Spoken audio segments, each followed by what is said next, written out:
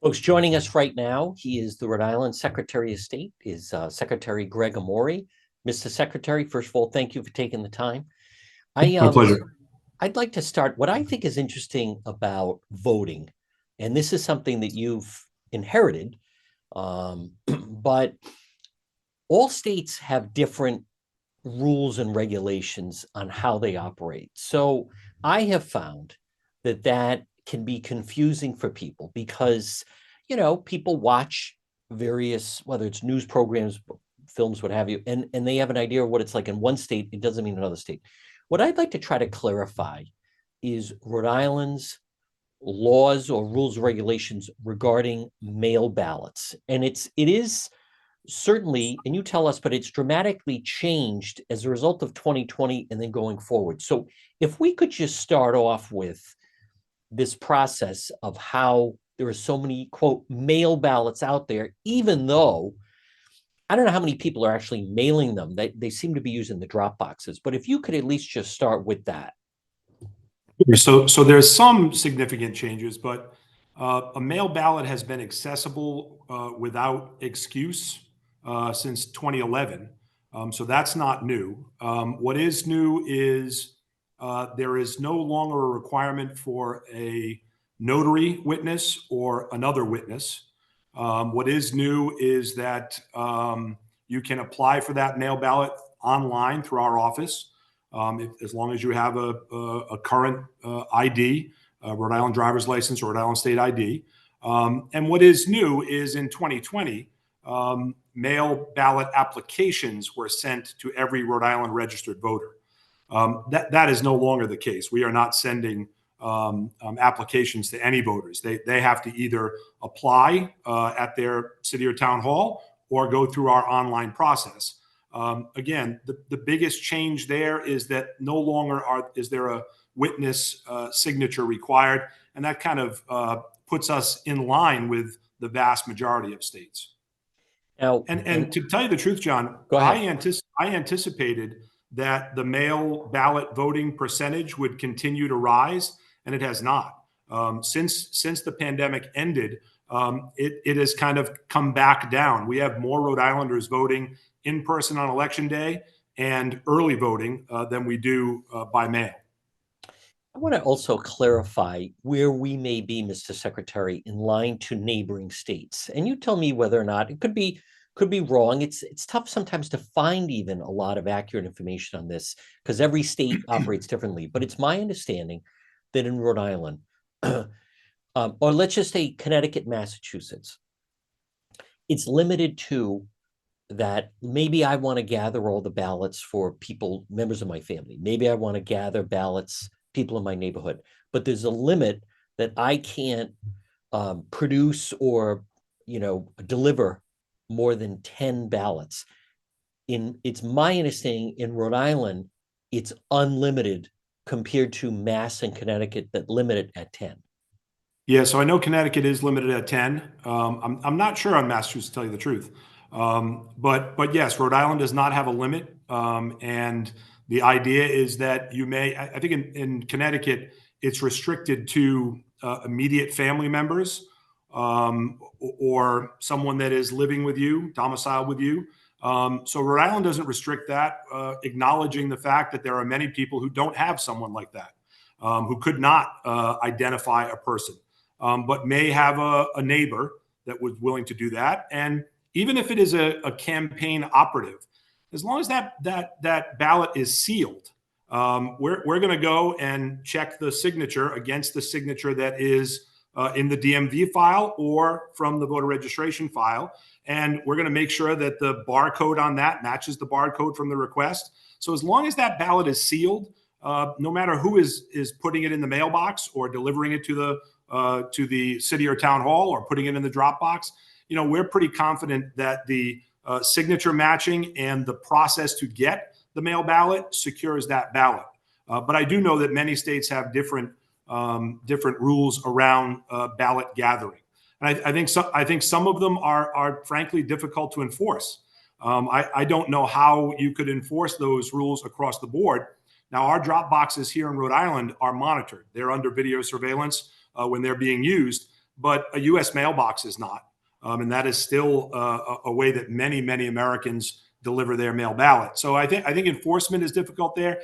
And I think when those rules and regulations and the law were being discussed, I think they were erring on the side of making sure that someone who was alone, someone who was disabled, someone who had issues but did not have immediate family members could still get their ballot delivered. Now, you said so our drop boxes are monitored. And why is that? If someone can deliver, in theory, someone could pull up and drop off 500, could drop off 1,000, or could drop off one. Why are they monitored? So we don't want anybody to damage those boxes. We don't want anybody to put a foreign element in those boxes. We want to make sure that those boxes are secure. We want to make sure that someone is not trying to tip it over or do anything that would damage the box or try to get at the ballots, for sure. But even if someone were to deliver 100 ballots, let's say, we're going to go through the process of comparing that ballot, the signature on that envelope, to the signature that's on file. And that's a public process at the Board of Elections. That's not our office, as you know. That's the Board of Elections. And that's a public process. And there's a large screen that brings up the signature from the DMV, brings up a signature from the application, brings up a signature from the original registration. And two folks sit there and analyze that signature. They both have to agree. They're not both Democrats. They're either unaffiliated, one Democrat, one a Republican, and they both have to agree. If they don't agree, that ballot is not accepted. All right. So what then happens is the voter is contacted, and it's called ballot curing, and the voter then has to prove who they are before that ballot will be counted. And I want to clarify, it's my understanding, you tell me I could be wrong, but an X is regarded as an acceptable signature. So right now that is the case. There is legislation that is being promoted by the Board of Elections that would change that. And the Board of Election, and we're supporting that legislation that would change that so that someone who is disabled would have someone, and again, the regulations and the rules would have to be written around this. They would have someone that would witness and sign for them, and they would be on the list as that person's aide, the person helping that person vote. So there is an existing law that allows an X based on someone who is disabled. But as I said, the Board of Elections is exploring a change to that to make that more secure. We have supported that change. This could be a Board of Elections question, Mr. Secretary, but is there a number or percentage of those ballots that are routinely tossed out? For instance, and I'm not trying to put you on the spot, but in 2022, do we know, granted you were not in office, how many ballots end up actually in that scenario where they're being examined and then they're tossed out or challenged? That is a Board of Elections question, but I can tell you that I have witnessed the process. And in the, I don't know, hour that I spent there looking at that process, there were a few that were not accepted. And to me, with the naked eye, not having been trained as those folks are in signature verification, it was pretty clear to me that there was an issue. And again, sometimes somebody may have had a stroke and that signature has changed. And that's why there's the cure process, so that that person can come in and say, I had a stroke. I'd like to establish a new signature. Here's my identification. This is who I am. I'm going to follow up with you on, only because I believe Massachusetts is also in line with Connecticut. So it kind of puts us, our two neighboring states limit at 10. Rhode Island is unlimited. I'm curious your thought on, we saw this in 2022, and I could be wrong. I think it's kind of a new dynamic, but you had candidates that one day of voting, but then they lost the election due to the mail ballots, so to speak, that were tallied in. I'm unfamiliar that has happened in the past, but just three high profile examples. The Helena Folks, Governor McKee, she one day of voting lost to him in the mail ballots. Alan Fung, one day of voting lost in the mail ballots. And Aaron Gukian, one day of voting lost in the mail ballots to the lieutenant governor. Well, I think they lost on the mail ballot and early voting combined. So it was not just mail ballots. It was the early process, the 20-day process, not including weekends. It was that and the mail ballots combined where they lost the election day. They won the day. So that is accurate, but it wasn't just on mail ballots. That was also early in person. Okay. And early in person is exactly the same as same day voting. And you know, I'm a baseball guy. So 5 runs in the first inning is the same as 5 runs in the 9th inning. Yep. And what is the process that if someone did participate either a mail ballot or early voting, what if that person went to then go vote on election day? They wouldn't, they'd be in the system as having already voted or having already requested a mail ballot. And then if they are protesting that and say, well, that's not the case, they'll be allowed to vote a provisional ballot that will not be counted. And then the investigation will pursue as to where that mail ballot application was, where the mail ballot was, if they voted, and then that'll be clarified. And either that provisional ballot will not be counted or it will be counted because there was a snafu in the process. Could you see, Mr. Secretary, a scenario where we shorten the length of time for early voting? We saw it, a lot of people are talking about it, especially drew attention last late summer, the Democrat, the CD1 primary, we had someone who was doing okay, but then dropped out. Could you see a scenario where they shorten the early voting? It's been talked about. I know there are legislative proposals to do that. I would say, for this next presidential election, which I think is going to be a high turnout election, I don't think there's terrible excitement around it, but I think there'll be high participation around it. I would like to keep the date intact because it takes so much pressure off our folks at the polling locations on the same day. Just those first 5 days take that pressure off, so there are no lines and there's no tension that would exist if there were long lines. But with that said, I do think there's probably a time where we can discuss a shorter period, but I would say that shorter period should include a weekend day. I think if we do condense that period, there should be a weekend day so that we can serve. Rhode Island is a service industry state, right? So it's very difficult for some people to vote on election day.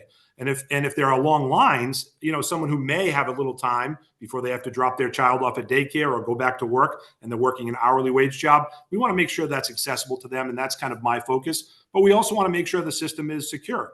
And anywhere where we see that there's an issue, we will try to make the system more secure. And I know you're aware of our proposal on the signature verification and the process in the nomination papers, which I was very vocal about early on, that I said the Board of Elections had the power to review in real time. And so we've proposed legislation that would clarify that they can review in real time and that they must identify the issue and the collector to the other 38 or 37 or 36 cities and towns. And you saw that play out, even though it's not law yet and not regulation. You saw that play out with the Ramaswamy signatures, and that's exactly how it worked. The Board of Elections saw it, they identified it, they checked in real time, and they identified the issue to the other cities and towns based on the signatures and the people that collected them. And that was an outside agency that collected You mentioned, those and signatures. it is a campaign, you said, or a ballot could be collected by a campaign operative. Now, in the CD1 primary this past summer, there was one of the candidates that finished, there were a lot of candidates in the race. And this particular Anna Casada, she finished 7th. Correct. I get this question all the time. She finished 7th and she had more mail ballot votes than in-person votes. Correct. Right. So first of all, she finished 7th. Especially, it's my understanding her operative is someone that also happens to be an elected official who sits on the city council. So I'm not aware of that. Yeah, I'm not aware of that. I know this because I've been asked this question time and again. So my first answer to this question would be, I don't know who that person is, so I can't speak to that. But I would say if that's a strategy, it didn't work. When you finish 7th in a field of 12, that's not very effective. And secondly, I would say because of that district, and I ran statewide, so I know what that polling place looks like, there's not a lot of turnout there. And that particular candidate did not have a lot of money. So my guess is that the way they decided to run that campaign was to focus on mail ballots, because you can track those, as you know, right? You know if somebody's requested one, you know if they've turned them in, and then you can kind of focus your attention. But I'd say that is only effective in a very small turnout localized race. I do not think that's effective in a broad race. And I don't think there's anything wrong with it as a strategy. I think people use that as a strategy. I can't speak to who was collecting and what the issues were around that. I do know that if it's an emergency mail ballot, that person has to identify who they are and what campaign they're with and how many of those emergency mail ballots they're dealing with. And that's part of existing law. One final question, and I want to clarify it. Is it legal in Rhode Island if someone's running for office and they tell a campaign operative, someone working on the campaign, I will pay you a certain amount of money per mail ballot that you collect? So is that specifically illegal?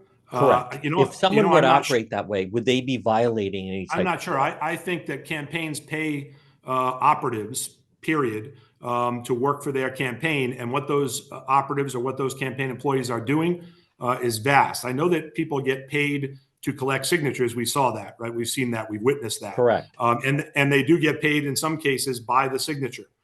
We've seen that. I think that was the case actually in the Ramaswamy case. In regard to a campaign operative picking up a ballot, I've never heard of somebody paying for that, and I don't know the legality around that. But I do know that the bill that was passed, the Let Rhode Island Vote Act, pulls campaign operatives out of this process by not allowing a notary signature, right? Well, this, a lot of campaigns were hiring notaries, and those notaries would go and meet with that person and witness that signature. Well, that's putting the campaign right in the room. And so that's why I think that part of Let Rhode Island Vote was smart, because it pulls the campaign out.